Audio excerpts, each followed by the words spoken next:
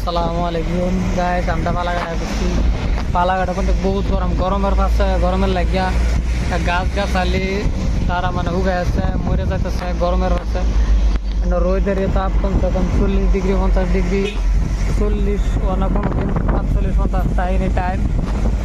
গরমের পাশে গাছ গাছালি উগে আছে। আমি দিন যাই মানে একদম গাছ গাছালি সারা উগে আছে গরমে। বহুত রোদের পাশে গাছ গাছালি মরে যা উগে আছে।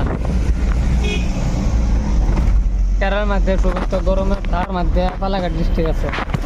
পালাঘাটে বহুত গরম, গরমের ভাষা গাছ গাছালি মরে যা উগে আছে। দুনিয়া থেকে কি মজার মজার ঘর দেখেও ভাল লাগার করছি।